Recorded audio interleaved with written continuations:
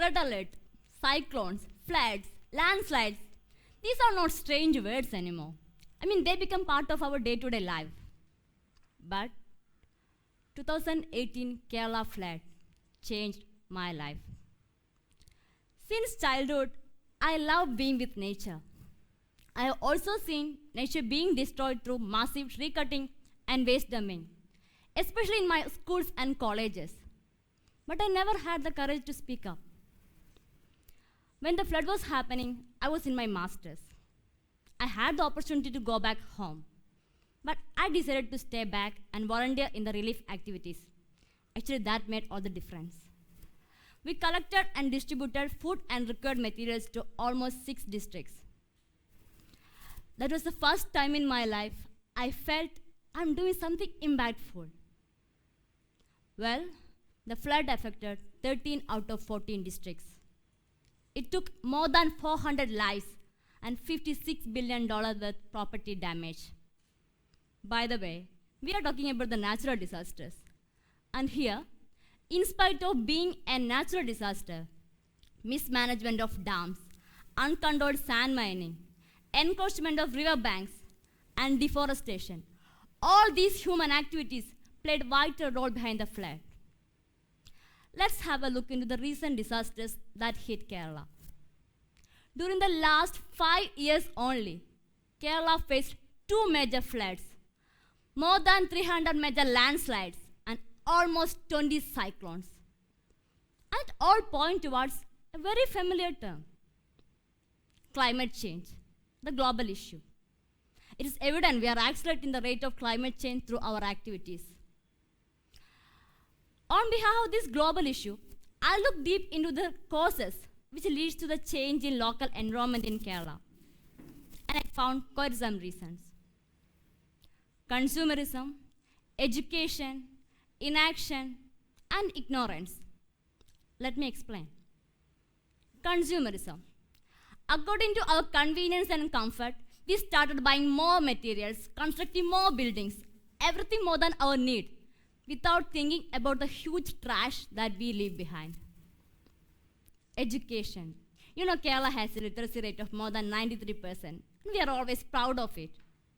But our education system never teaches how to coexist with the nature. And inaction.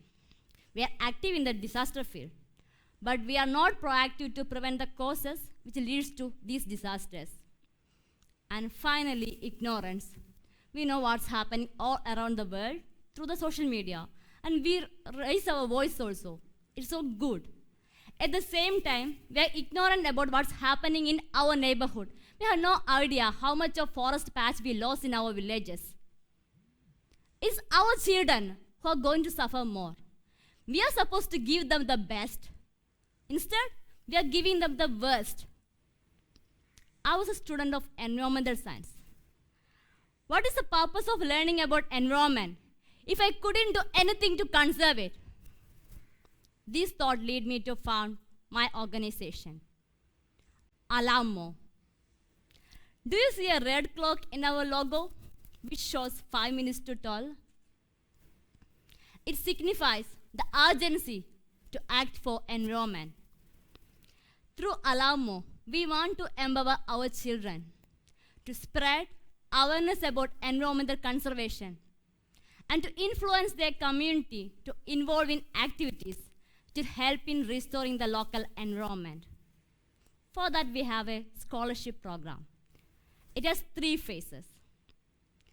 During the first phase, they will learn about different environmental issues focused on 5 sectors: water, air, energy, biodiversity, and waste.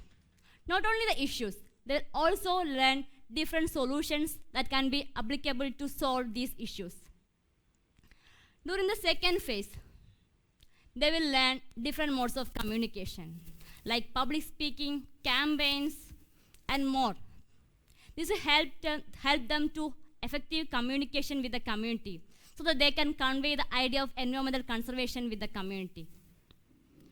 And in the final phase, they will create a task force, and we call them cuckoos.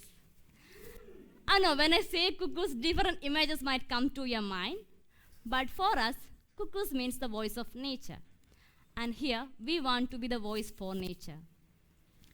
Our Cuckoos Task Force will organize campaigns and will implement activities like cleanup drives, trash collection, tree planting, whatever.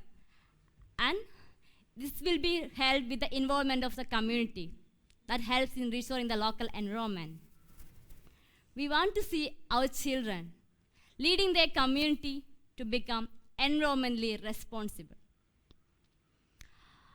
Last August, the Intergovernmental Panel on Climate Change published a report.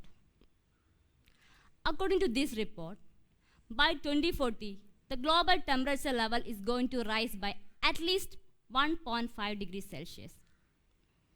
My cuckoos will be at an age of 28 to 34 by that time.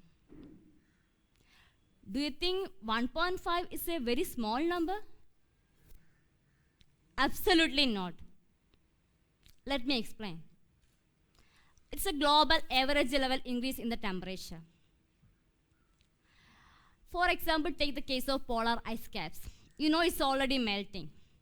This temperature increase will affect the polar ice caps melting. It will melt much, much faster.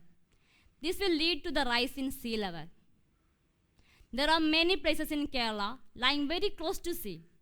We will lose such places. People from these areas will be forced to migrate. Salt water will intrude into our fresh water.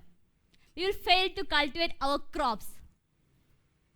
Our children, your grandchildren, they will starve for food. They will not have enough water to drink. Isn't that miserable? But things can be different.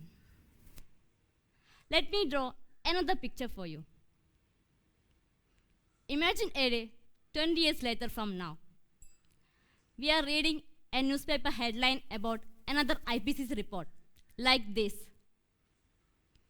which says, finally, the global temperature level is stabilizing.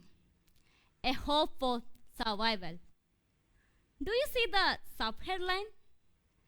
Thanks to the Cuckoos Task Force for starting the action on time.